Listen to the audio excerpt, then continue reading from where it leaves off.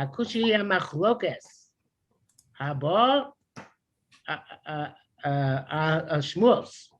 There's a question which comes on Shmuel's, meaning Amoraic statements. It's not arguing on halacha which has already been sustained. Okay, in other words, Shmuel's mean Amoraic statements which are not determined halacha.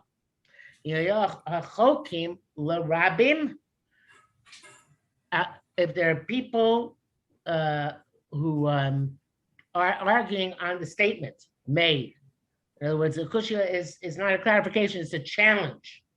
Okay, so it's a difficulty. So if there are many people ask a question, it says mesebe. B'im yachid, if it's about an individual, then it's esebe. The way I understood that is if the opinion is held by many, it's Mesa, and if it's held by one person, it's Asa. Yes.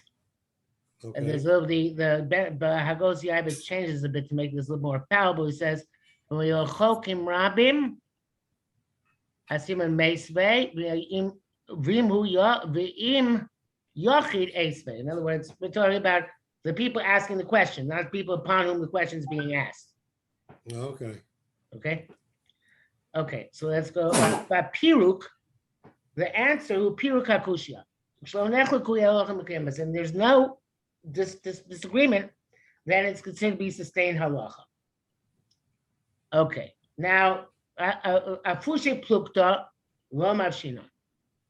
To make unnecessary disagreements, we try not to. As close as we can reconcile opinions, that's the best thing to do. And that is the minhag of people who learn be'il, to try and reconcile opinions. But Taisvus Nida, Man Chachamim, Amar, I don't know these abbreviations, I'll look it up, but Amar Rabbi Yechon, Rabbi Lezer, Agav Tana B'Lashon Chachamim.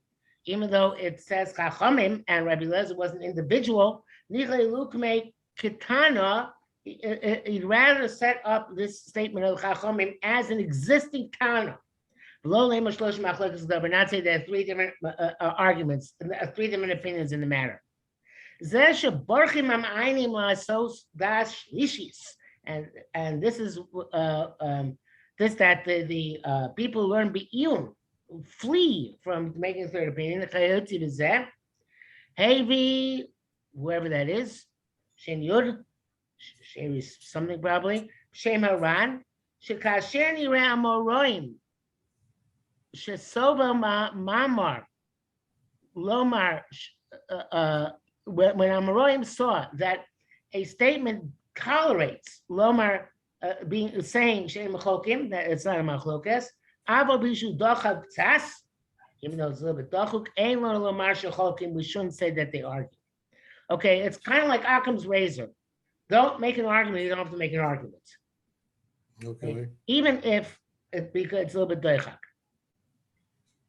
Kasu Taisus Shabbos. Look up the look make a tana ela base babas asmuchos. When the only time we want to align statements as being from one tana, if at all possible, which is not always possible, is when you have two statements back to back. But if they're distant from each other, we don't care if it's going like two different tanoim. And we try also not to set up a Mishnah or Brisa, I guess, like an individual. Even though the halacha is like that Brisa or Mishnah, because we always prefer to have a statement which is made without attribution be the statement of the masses, not a statement of an individual. When there's a question from Rabbanon on Rabbanon, for some reason, we don't say there are two Rabbanons, even though why couldn't we say that, right? There are numerous Rabbanons, right? This is Rabbanon X, this is Rabbanon Y.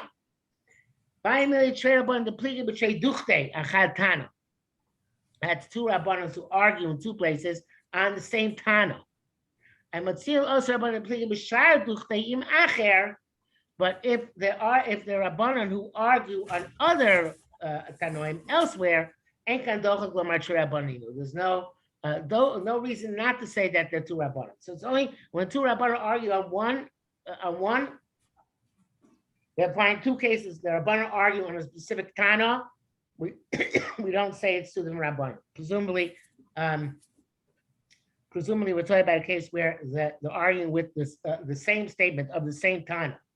So we don't say it's two different Rabbanan in two different places. We try to reconcile the two Rabbanans in the two different places in order the machlokas should be the same machlokas in both locations. Okay. Matzino sheikha amora bein kakush yasol ba'osen from shiskir el mashu lo hiskir. This is always annoying, especially in Yerushalmi, because Yerushalmi have this a lot. That the Amora asked a question, but he really is ostensibly asking a question for what he said, but he's really not asking a question for what he said. He's asking a question for what he didn't say. And Rabbi Yerushalmi, like I said, if I don't want that, they bring down the beginning of the statement, and they really mean to ask from the end of the statement, but they don't bring down the end of the statement. Which, but that's the way it goes. I don't know why they did it that way. Sometimes we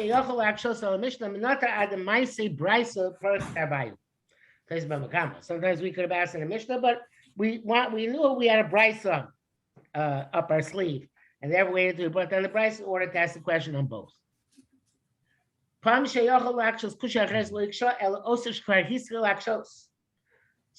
we could have asked a different question.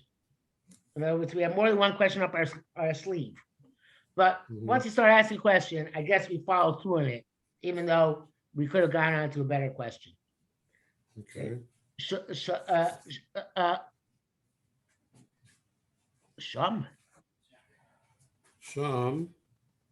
I guess maybe places there in Babasra.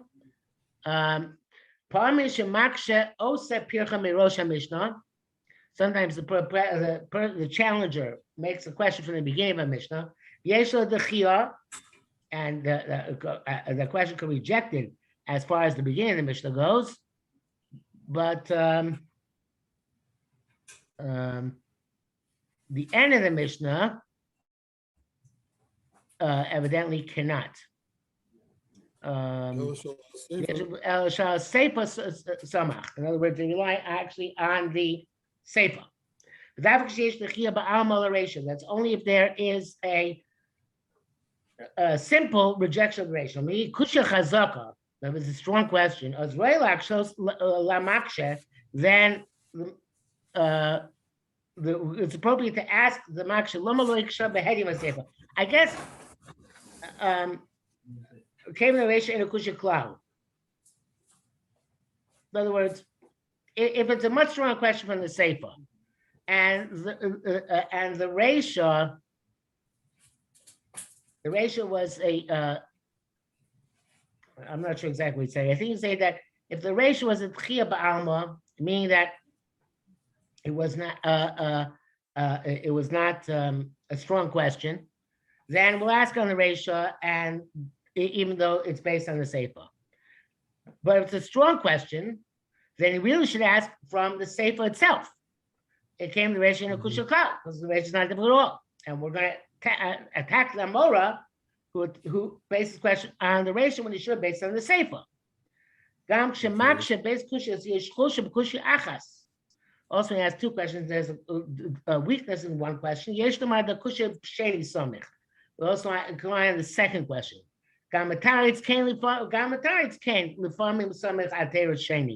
Okay, this is very confusing, but the bottom line is that the Gemara has many questions, and sometimes some of the questions are softballs and some of the questions are hardballs. And we bring down softballs, even though really we have hardballs up our sleeve. And the bottom line is that we sometimes even ask a question from a softball, meaning to ask a question from the hardball, which of course can get very, very confusing. But that's what he says. Sometimes the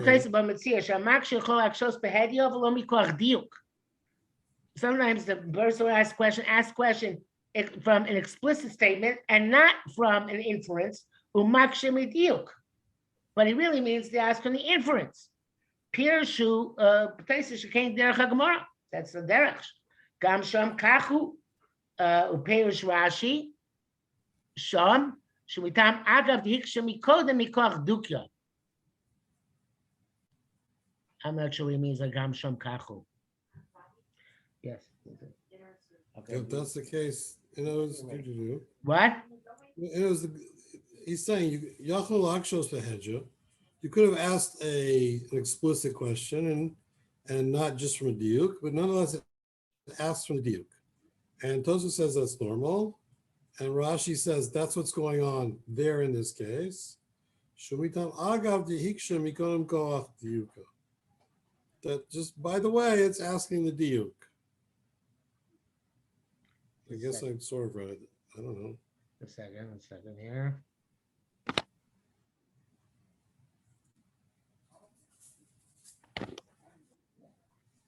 You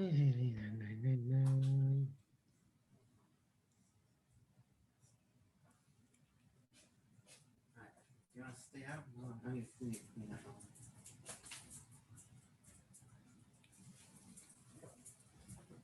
Just leave the awning pieces outside here.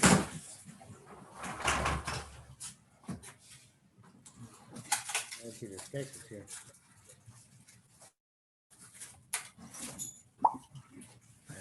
This is referring to.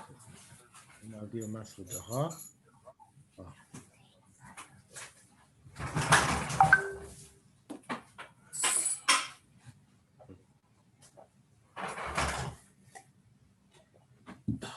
I don't see the muscle hard. You can roll it out. Next page. Oh, comma, yes.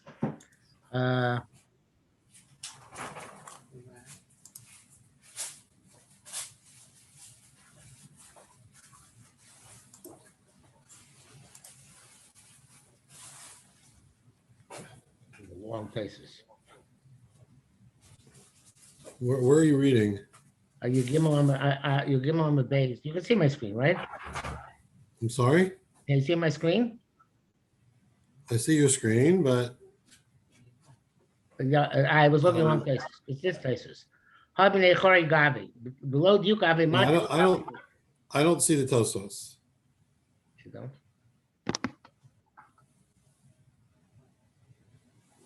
Now I see you.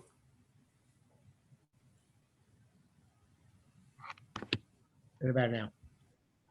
Yes, now I see. Okay. So let's take a look here in the Gemara. The Gemara is over here. Gemara says, Okay.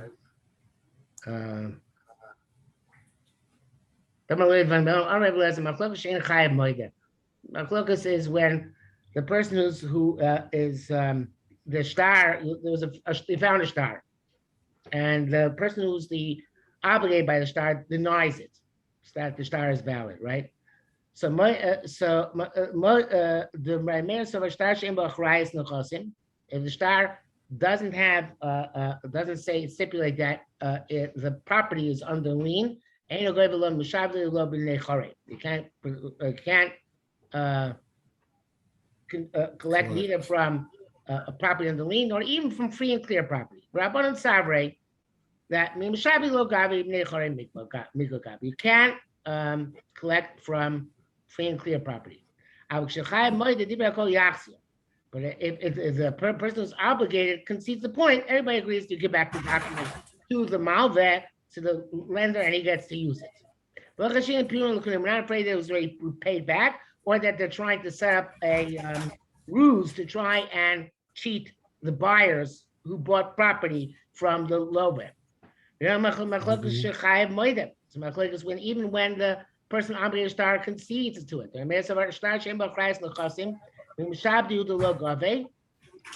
owns a star which has no lien on property, doesn't collect from property level. It collects from free and clear.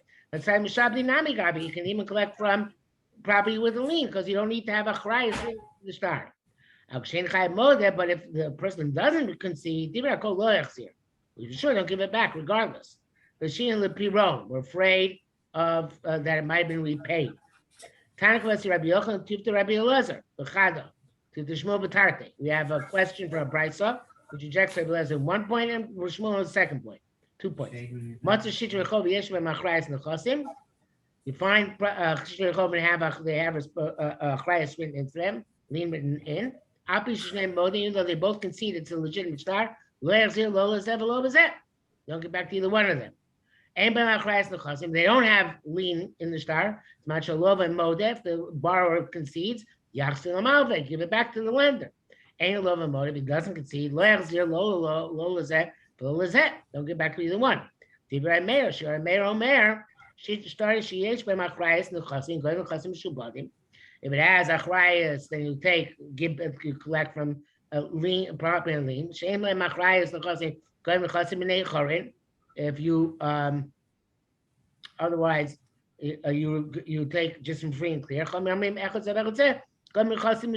matter what, you collect from property on lien, even if it's not written in the document. We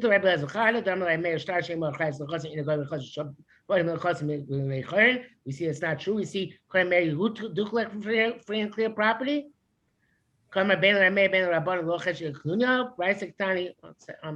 if I'm going with this. Let's see how far we're going. Must be right on top.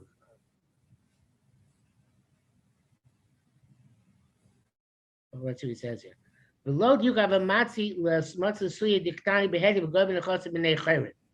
El shekach derech haGemara. Okay, it's quite simple actually.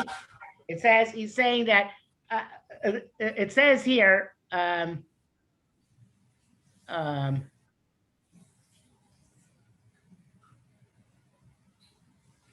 over here. Shtar shem achras shabi lo gabe avnei chari gabe. Okay, so the so later on it says explicitly. It says right.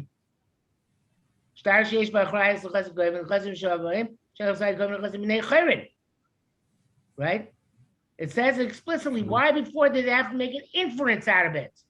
Right. It says before he made an inference. It says right?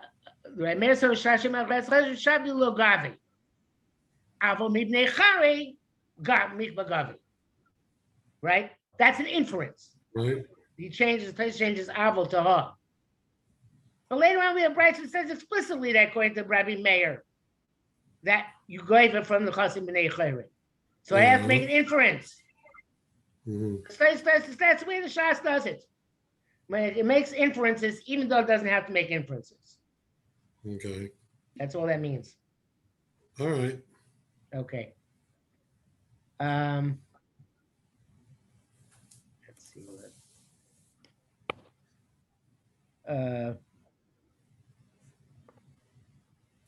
These are hard. You want to do now? You want to do one more? Or you want to stop here? Whatever. We can do one more. Okay.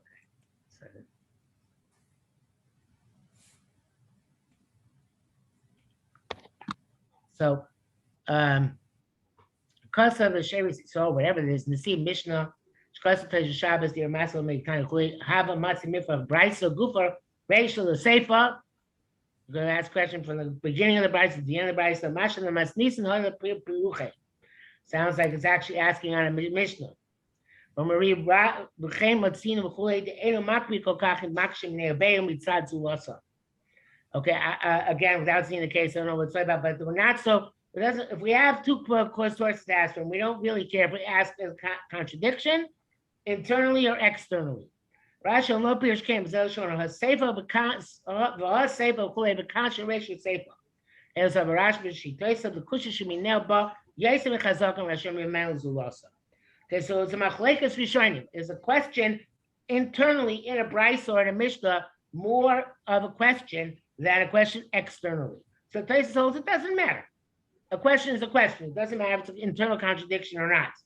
The other Rishonim hold, and which seems to be more compelling, that it is a stronger question if it actually is a question internally in the statement as opposed to outside.